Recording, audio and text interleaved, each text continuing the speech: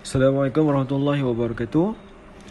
Hari ini kami akan menerangkan tentang sistem hidrolik dan sistem pneumatik. Ini merupakan diagram sistem hidrolik 4-3.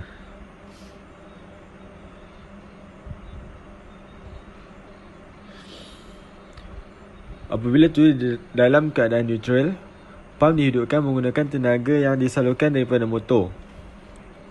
Bendalai melalui penapis seterusnya disedot oleh pam. Bendalai masuk ke dalam pam, injak part 3 melalui liang P dan berhenti di situ. Tiada sebarang perubahan yang berlaku kepada omboh di dalam silinder dui tindakan. Apabila tu ditolak, injak part 3 berubah kedudukan lagi. Bendalai akan disedot oleh pam melalui penapis. Bendalai masuk ke dalam injak part 3 melalui liang P ke liang A. Bendalai bertekanan melalui injap tolak aliran boleh laras dan masuk ke bahagian bawah silinder dui tindakan. Omboh bergerak ke kanan. Apabila tu ditarik, injak part 3 berubah kedudukan.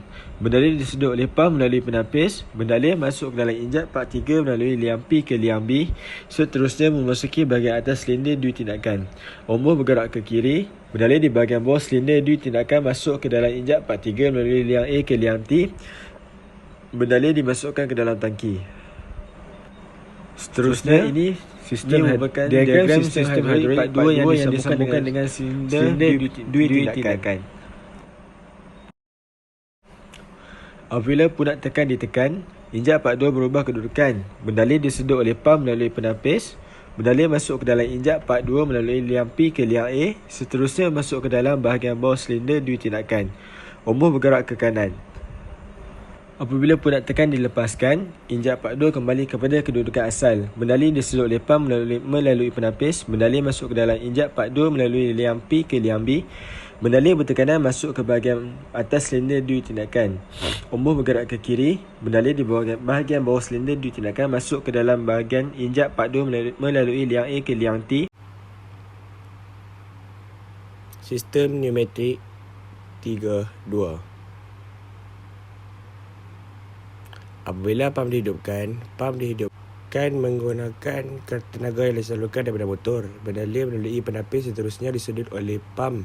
Bendalai masuk ke dalam pam injak 4 melalui liang P ke liang B. Seterusnya masuk ke bahagian atas silinder dui tindakan. Tiada sebarang perubahan yang berlaku kepada omboh di dalam silinder dui tindakan.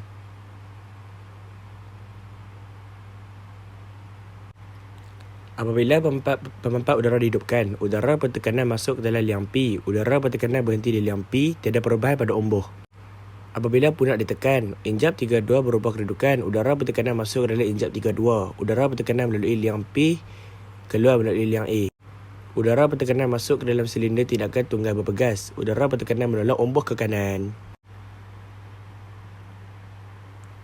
Seterusnya, apabila punat dilepaskan, injap 32 kembali kepada kedudukan asal. Omboh kehilangan tekanan. Pegas menolak omboh kembali kepada kedudukan asal. Udara bertekanan keluar melalui bahagian bawah omboh dan masuk ke dalam injap 32. Udara bertekanan melalui liang A keluar melalui liang P. Udara bertekanan melalui penyenyap seterusnya dibebaskan ke atmosfera. Sistem pneumatik 4-2. Seterusnya, apabila pemampat dihidupkan, udara bertekanan masuk ke dalam injap 4 melalui liang P ke liang B. Udara bertekanan masuk ke dalam bahagian atas silinder dui tindakan. Tiada perubahan tindakan yang berlaku pada omboh. Apabila punat tekan ditekan, kedudukan injap 42 berubah. Udara bertekanan dari pemampat udara masukkan ke dalam injap 42 melalui liang P ke liang A. Udara bertekanan melalui injap tolak aliran boleh laras dan masuki bahagian bawah silinder dui tindakan. Omboh bergerak ke kanan.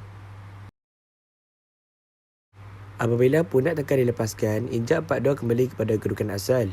Udara bertekanan melalui liang P ke liang B dan memasuki bahagian atas silinder dui tindakan. Omboh bergerak ke kiri. Udara bertekanan di bahagian bawah silinder dui tindakan melalui injap tolak aliran boleh laras. Udara bertekanan melalui liang P ke liang R. Udara bertekanan dan dilepaskan ke atmosfera. Itu saja dari kami. Sekian, terima kasih.